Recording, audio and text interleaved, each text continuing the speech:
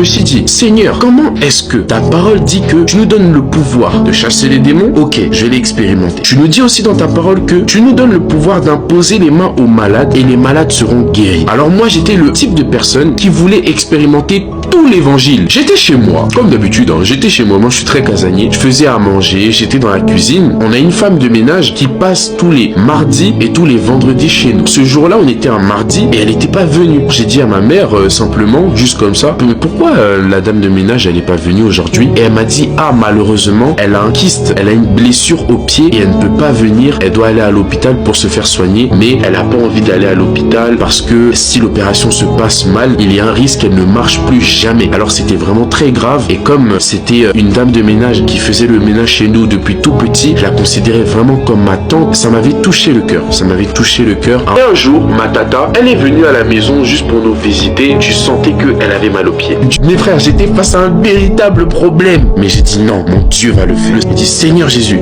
guéris-la, amen. Et j'ai lâché son pied.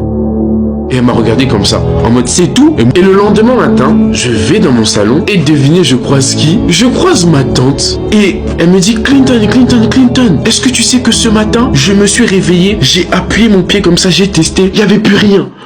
Elle a été guérie.